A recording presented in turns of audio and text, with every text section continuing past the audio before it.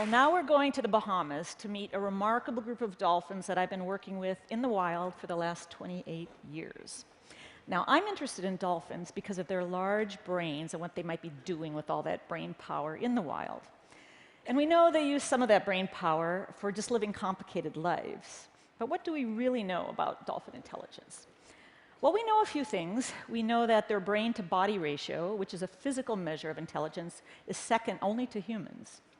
Cognitively, they can understand artificially created languages, and they pass self-awareness tests in mirrors, and in some parts of the world, they use tools, like sponges, to hunt fish.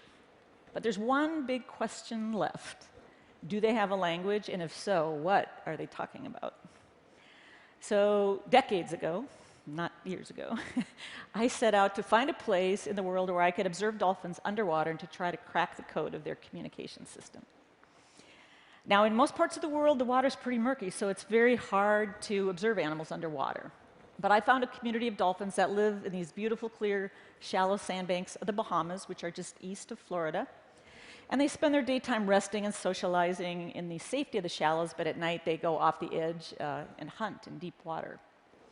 Now, it's not a bad place to be a researcher either. So we go out for about 5 months every summer in a 20-meter catamaran, and we live, sleep, and work at sea for weeks at a time.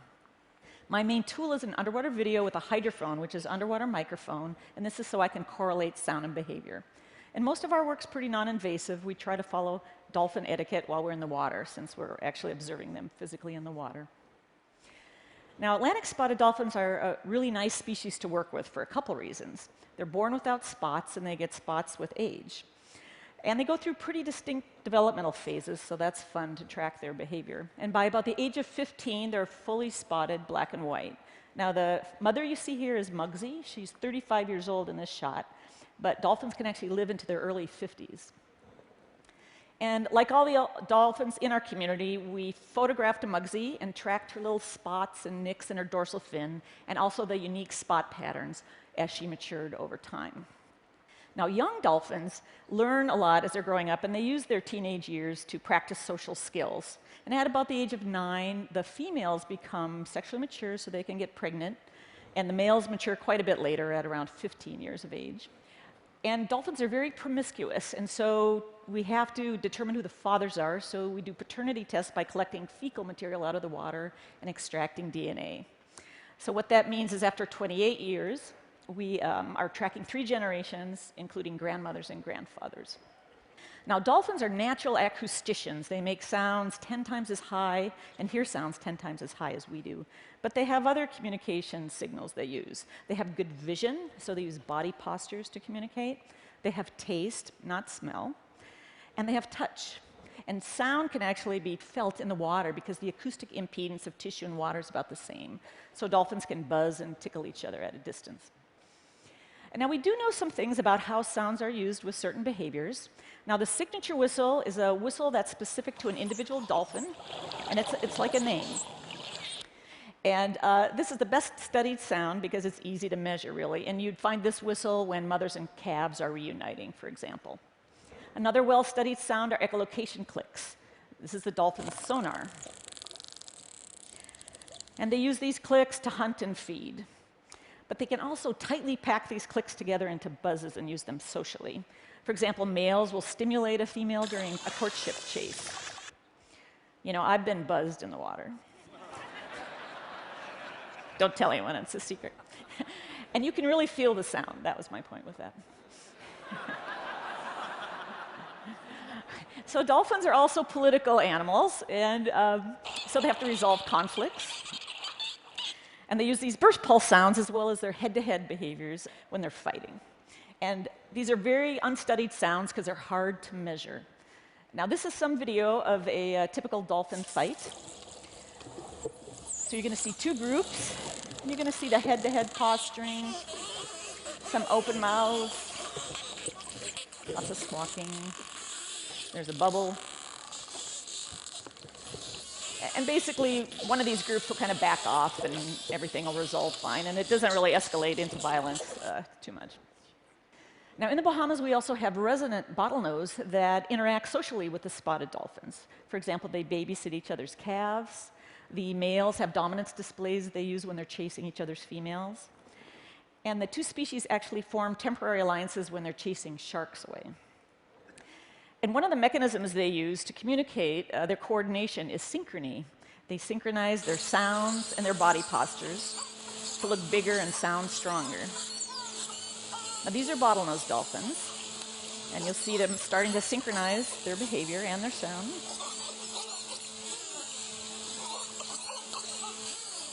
You see they're synchronizing with their partner as well as the other dyad. I wish I was that coordinated. Now, it's important to remember that you're only hearing the human audible parts of dolphin sounds, and dolphins make ultrasonic sounds, and we use special equipment in the water to collect these sounds. Now, researchers have actually measured whistle complexity using information theory, and whistles rate very high relative to even human languages. But burst pulse sounds is a bit of a mystery. Now, these are 3 spectrograms. 2 are human words, and 1 is a dolphin vocalizing. So just take a guess in your mind which one is the dolphin. Now, it turns out burst pulse sounds actually look a bit like human phonemes.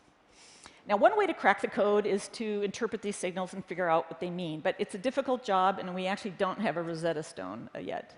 But a second way to crack the code is to develop some technology, an interface to do two-way communication, and that's what we've been trying to do in the Bahamas and in real time. Now, scientists have used keyboard interfaces to try to bridge the gap with species, including chimpanzees and dolphins. This underwater keyboard in Orlando, Florida, at the Epcot Center, was actually the most sophisticated ever two-way interface designed for humans and dolphins to work together under the water and exchange information. So we wanted to develop an interface like this in the Bahamas, but in a more natural setting. And one of the reasons we thought we could do this is because the dolphins were starting to show us a lot of mutual curiosity. They were spontaneously mimicking our vocalizations and our postures, and they were also inviting us into dolphin games. Now, dolphins are social mammals, so they love to play, and one of their favorite games is to drag seaweed, or sargassum in this case, around. And they're very adept. They like to drag it and drop it from appendage to appendage. Now, in this footage, the adult is Carol. She's 25 years old here, and this is her newborn, Cobalt, and he's just learning how to play this game. She's kind of teasing him and taunting him. He really wants that sargassum.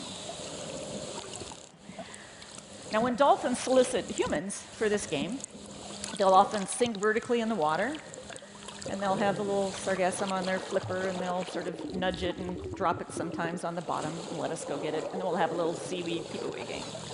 But when we don't dive down and get it, they'll bring it to the surface, and they'll sort of wave it in front of us on their tail and drop it for us like they do their calves, and then we'll pick it up and have a game. And so we started thinking, well, wouldn't it be neat to build some technology that would allow the dolphins to request these things in real time, their favorite toys? So the original vision was to have a keyboard hanging from the boat attached to a computer, and the divers and dolphins would activate the keys on the keypad and happily exchange information and request toys from each other. But we quickly found out the dolphins simply were not going to hang around the boat using a keyboard. They've got better things to do in the wild. They might do it in captivity, but in the wild. So we built a portable keyboard that we could push through the water, and we labeled 4 objects they like to play with: the scarf, rope, sargassum, and also had a bow ride, which is a fun activity for a dolphin. And that's the scarf whistle, which is also associated with the visual symbols. And these are artificially created whistles. They're outside the dolphin's normal repertoire, but they're easily mimicked by the dolphins. And I spent 4 years with my colleagues Adam Pack and Fabian Delfour working out in the field with this keyboard, using it with each other to do requests for toys while the dolphins were watching.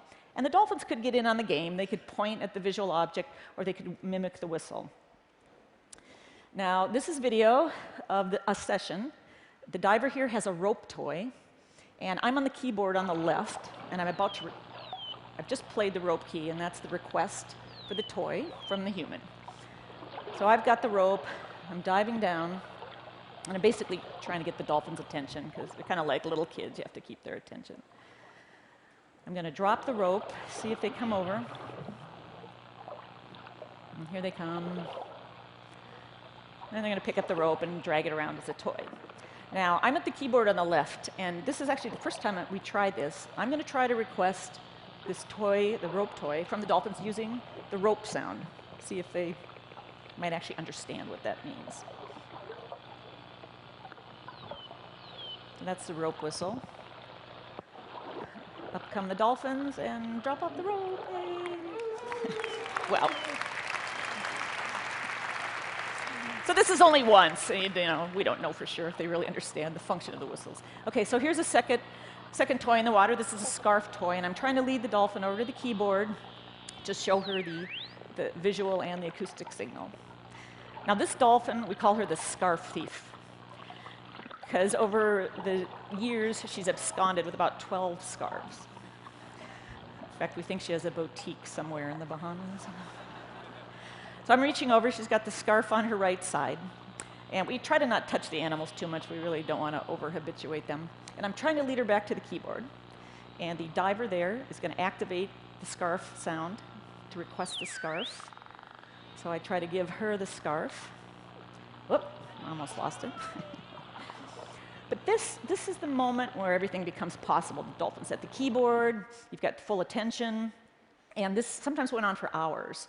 And I wanted to share this video with you, not to show you any big breakthroughs, because they haven't happened yet, but to show you the level of intention and focus that these dolphins have and interest in the system. And because of this, we really decided we needed some more sophisticated technology. So we joined forces with Georgia Tech, with Thad Stardner's wearable computing group, to build us an underwater wearable computer that we're calling Chat. Now, instead of pushing a keyboard through the water, the diver's wearing the complete system, and it's acoustic only. So basically, the diver activates the sounds on a keypad on the forearm. The sounds go out through an underwater speaker. If a dolphin mimics a whistle or a human plays a whistle, the sounds come in and are localized by 2 hydrophones. The computer can localize who requested the toy if there's a word match. And the real power of the system is in the real-time sound recognition, so we can respond to the dolphins quickly and accurately. And we're at prototype stage, but this is how we hope it will play out. So diver A and diver B both have a wearable computer, and the dolphin hears the whistle as a whistle. The diver hears the whistle as a whistle in the water, but also as a word through bone conduction. So diver A plays a scarf whistle, or diver B plays a sargassum whistle to request a toy from whoever has it. What we hope will happen is that the dolphin mimics the whistle, and if diver A has the sargassum, if that's the sound that was played and requested, then the diver will give the sargassum to the requesting dolphin, and they'll swim away happily in the sunset playing sargassum for forever. Now, how far can this kind of communication go? Well, Chat is designed specifically to empower the dolphins to request things from us. It's designed to really be two-way. Now, will they learn to mimic the whistles functionally? We hope so, and we think so. But as we decode their natural sounds, we're also planning to put those back into the computerized system. For example, right now, we can put their own signature whistles in the computer and request to interact with a specific dolphin. Likewise, we can create our own whistles, our own whistle names, and let the dolphins request specific divers to interact with. Now, it may be that all our mobile technology will actually be the same technology that helps us communicate with another species down the road. In the case of a dolphin, you know, it's a species that they're probably close to our intelligence in many ways, and we might not be able to admit that right now. But they live in quite a different environment, and you still have to bridge the gap with the sensory systems. Now imagine what it would be like to really understand the mind of another intelligent species on the planet. Thank you.